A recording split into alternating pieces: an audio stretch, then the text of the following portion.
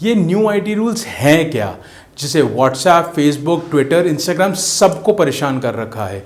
WhatsApp ने तो high court के अंदर इन रूल्स के अगेंस्ट पिटीशन भी डाल दी है और साथ में आज ही 13 कंपनीज ने गवर्नमेंट ऑफ इंडिया को ये आईटी रूल्स विड्रॉ करने की अपील करी है। ज्ञान बांटने से बढ़ता है। मुझे इस वीडियो की रिसर्च करते हुए बिल्कुल ये पता चला, क्योंकि बहुत अच्छे से हमने इस टॉपिक के ऊपर रिसर्च की है। इस वीडियो को एंड तक जरूर देखिएगा। तो आइए जानते हैं ये न्यू आईटी रूल्स आखिर हैं क्या।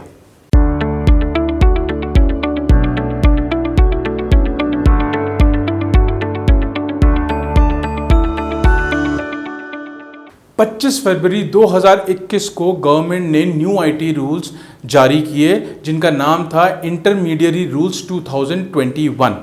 इन रूल्स का मेन ऑब्जेक्टिव है एक ऐसा मैकेनिज्म लाना ताकि government of India fake news और र्यूमर्स, इस टाइप की न्यूज़ को कंट्रोल कर सके जो व्हाट्सएप, फेसबुक, ट्विटर इन सब के ऊपर बहुत तेज़ी से शेयर होती है। इन रूल्स के ज़रिए government of India Facebook, Twitter, Instagram, WhatsApp इन सबको इवन फोर्स कर सकती है बताने के लिए कि अगर कोई कंटेंट किसी ने पोस्ट किया और बहुत बार फॉरवर्ड हुआ है तो वो ओरिजिनल कंटेंट किसने पोस्ट किया था, प्लस ग्रीवेंस रिड्रेसल मैकेनिज्म के बहुत सारे पेनल्टी प्रोविजंस और एक प्रोसेस लेट डाउन किया गया है इंटरमीडिएट रूल्स में, जो कि प्राइवेसी पॉलिसीज के इन कंपनीज के अगेंस्ट है। थोड़े हैवी ड्यूटी वर्ड्स हो गए, तो आइए सबसे पहले बेस क्लियर करते हैं और जानते हैं कुछ टेक्निकल टर्म्स जैसे कि intermediary, end to end encryption, जो कि हम इस वीडियो के अंदर यूज करने वाले हैं, इनका एग्जैक्टली मतलब क्या है, ताकि आप सीमलेसली आराम से इस वीडियो के बारे में समझ सकें। तो आइए जानते हैं कि इंटरमीडिएरीज होते कौन हैं। इंटरमीडिएरीज एक प्लेटफॉर्म होता है जहां पे कोई भी यूजर अपनी इंफॉर्मेशन शेयर करता है। कोई भी फोटो शेयर करता है, कोई ट्वीट शेयर करता है, कोई अपनी वीडियो शेयर करता है। ये सारे के सारे प्लेटफॉर्म जहां पे यूजर हम हैं जो अपनी इंफॉर्मेशन शेयर करना चाहते हैं, चाहे वो फेक हो चाहे वो रियल हो, पर उन्हें ट्रांसमिट और शेयर ये इंटरमीडिएरीज प्लेटफॉर्म करते हैं। सो आई होप आपको ये समझ में आया हो। प्लस एग्जाम्पल के तौर पे आप ये वीडियो YouTube के ऊपर देख रहे हैं। कंटेंट क्रिएटर मैं हूं, पर ये वीडियो होस्ट YouTube कर रहा है, YouTube आप तक ये वीडियो पहुंचा रहा है। सो इंटरमीडिएरी इस केस के अंदर YouTube माना जाता है। इंटरमीडिएरीज को भी दो कैटेगरीज में डिवाइड किया गया है। एक नॉर्मल इंटरमीडिएरीज जिनके 50 लाख से यूजर्स कम हो, और एक सिग्निफिकेंट इंटरमीडिएरीज जिनके 50 लाख से यूजर्स ऊपर हैं। आज हम सिग्निफिकेंट इंटरमीडिएरीज के बारे में ही बात करेंगे, क्योंकि इन्हीं के ऊपर ज्यादा कंप्लायंस डिस्कस किया गया है। चलिए अब बढ़ते हैं अगले टर्म के ऊपर, that is end to end encryption. WhatsApp अपने आप को थ्राइव करता है। मेन उसका ऑब्जेक्टिव है कि सारी की सारी इंफॉर्मेशन जो उस पर शेयर होती है वो एंड टू एंड इंक्रिप्टेड होती है। इंक्रिप्शन इसका मतलब क्या होता है? इंक्रिप्शन का मतलब ये होता है कि अगर कोई भी चीज़ आप एक पर्सन से दूसरे पर्सन पे शेयर कर रहे हैं तो व्हाट्सएप भी उस इंफॉर्मेशन को अपने पास नहीं रखता। अब इसके अंदर एक चीज़ बहुत अच्छी जानने वाली है और समझने वाली है कि एंड टू एंड इंक्रिप्शन हर फीचर हर चीज़ के ऊपर नहीं होती है। अब लेट्स टेक एन एग्जांपल, दो पर्सन आपस में चैट कर रहे हैं तो उसके अंदर आपको एक नोटिफिकेशन आता है कि ये एंड टू एंड इंक्रिप्शन है, तो आप उसके ऊपर ओके करते हैं, तो यस व्हाट्सएप उसकी भी इंफॉर्मेशन नहीं रखता। बट जब आप एक ग्रुप पे बात कर रहे होते हैं, ग्रुप चैट कर रहे होते हैं, ग्रुप कॉल कर रहे होते हैं, तो उसके ऊपर कभी भी एंड टू एंड इंक्रिप्शन का मैसेज नहीं आता। तो आप ये समझ लीजिए कि वो एंड टू एंड इंक्रिप्टेड नहीं है और व्हाट्सएप उसे शायद शेयर करता हो। सिमिलरली फेसबुक, इंस्टाग्राम, इनके जो मैसेंजर्स होते हैं या पर्सनल मैसेजेस होते हैं उसके ऊपर भी कभी भी आपको एंड टू एंड इंक्रिप्शन का मैसेज नहीं आता। तो इसका मतलब है कि वो लोग ये सारी इंफॉर्मेशन स्टोर करते हैं। एंड टू एंड इंक्रिप्शन इसीलिए अच्छी रहती है कि कोई भी दो लोग आपस में बात कर रहे हैं तो उसका डेटा, उसकी चीज़ें कभी किसी के पास नहीं जाती हैं और कोई भी उसे स्टोर नहीं कर रहा है और आगे जाके हमें ब्लैकमेल नहीं कर सकता।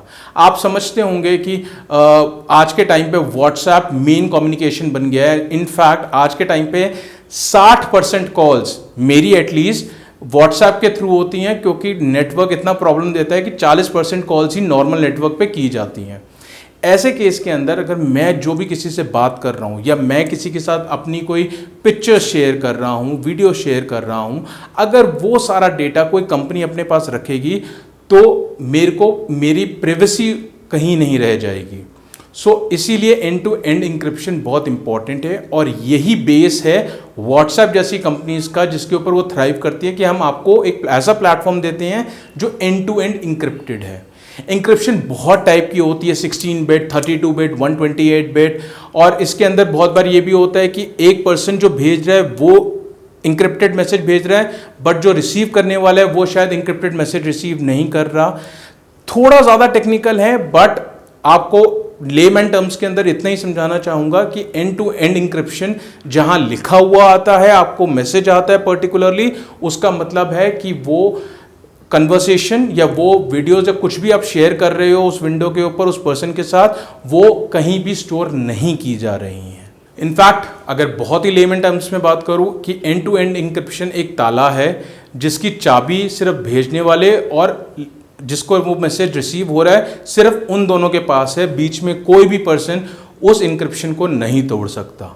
चलिए अब आगे बढ़ते हैं वीडियो के अंदर। अभी तक अगर वीडियो अच्छी लग रही है तो लाइक एंड शेयर करना मत भूलिएगा, एंड कमेंट्स के अंदर #WhatsApp या #battle एक कमेंट मुझे ज़रूर डालिएगा ताकि मुझे लगे, पता चले कि आपको ये अच्छा लग रहा है।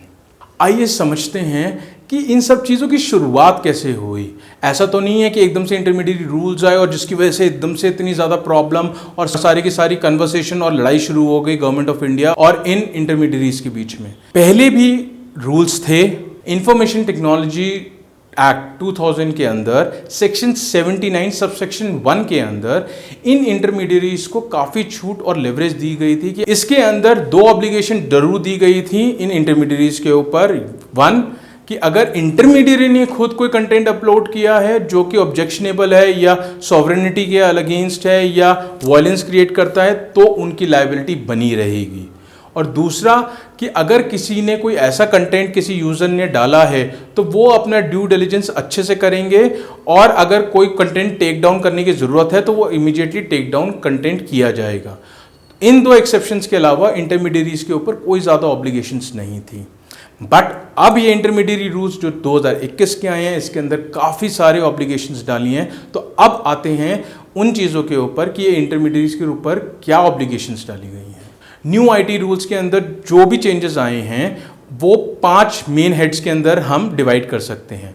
1 traceability issue, 2 grievance redressal mechanism जो लाया गया है, 3 ऑफिसर्स के अपॉइंटमेंट जो ये ग्रीवियंस रिड्रेसल मैकेनिज्म को देखेंगे, 4 टाइमलाइंस जिसके अंदर ग्रीवियंस का रिड्रेसल होना चाहिए, और 5वां ऑब्लिगेशन जो OTT प्लेटफॉर्म्स जैसे कि नेटफ्लिक्स या अमेजॉन प्राइम इन सब के ऊपर लाई गई हैं। इन 5 में से हम 5वीं वाली OTT प्लेटफॉर्म्स वाली जो ऑब्लिगेशंस हैं आज वो डिस्कस नहीं करेंगे। हम ये 4 जो ऑब्लिगेशंस हैं उन्हीं के ऊपर मेन डिस्कशंस करने वाले हैं। ये 4 ऑब्लिगेशंस भी मैं 2 बकेट्स के अंदर डालूंगा main points. 1 is the traceability issue जो कि एक बकेट के अंदर जाएगा, और दूसरा जो रिड्रेसल मैकेनिज्म है, चाहे उसके अंदर ऑफिसर्स अपॉइंटमेंट की बात हो रही है, चाहे वो टाइमलाइन की बात हो रही है, चाहे वो एग्जैक्टली उसके प्रोसेस क्या है, वो दूसरी बकेट के अंदर जाएगा। ये बाकी के 3। अब आ जाते हैं discussion of bucket number 2, that is the grievance redressal mechanism जो गवर्नमेंट ने डाला है। ग्रीवेंस रिड्रेसल मैकेनिज्म के अंदर गवर्नमेंट ऑफ इंडिया ने ये बोला है कि या तो गवर्नमेंट के ऑर्डर के ऊपर या कोर्ट के ऑर्डर के ऊपर कोई भी ऐसा कंटेंट हो जो कि डेफेमेटरी हो, ऑब्सीन हो, किसी को इम्पर्सोनेट कर रहा है, ट्रेडमार्क को इन्फ्रिंज कर रहा है, कुछ भी इस टाइप का है, तो वो आपको 36 आवर्स के अंदर उस कंटेंट को ब्लॉक करना ही करना है, जैसे ही ये रिपोर्ट दी गई है उन इंटरमीडियरीज को। साथ ही के अंदर रूल 3 के अंदर कुछ पॉइंट्स दिए गए हैं। अगर इन चीज़ों से रिलेटेड कोई भी चीज़ है जो कि ट्रिगर हो रही है तो इमीडिएटली उनको 36 घंटे के अंदर इन कंटेंट को रिमूव करना पड़ेगा अपने प्लेटफॉर्म से, ताकि कोई भी इन चीज़ों को ना दे सके, because it might also hurt the sovereignty of the nation.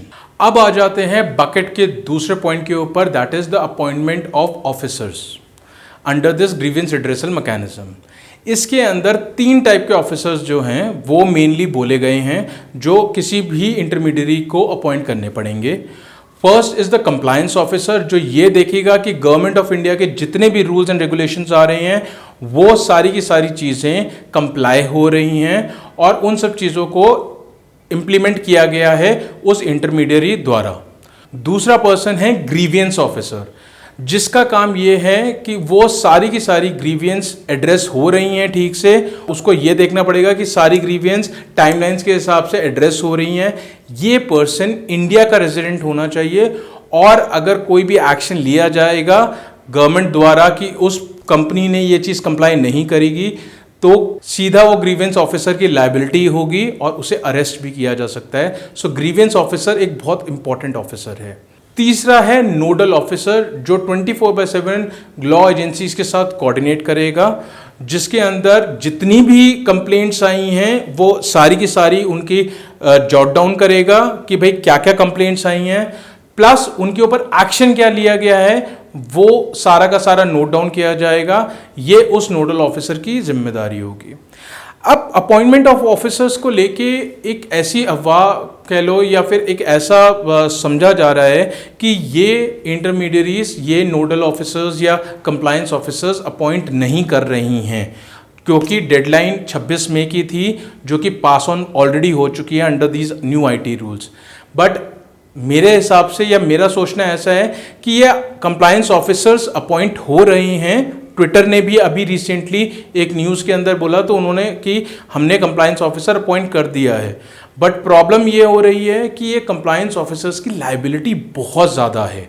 तो किसी भी पर्सन को, ऐसे पर्सन को ढूंढना जो ये सब चीज़ें करे, वो एक इन इंटरमीडियरीज के लिए एक प्रॉब्लम का सिचुएशन है।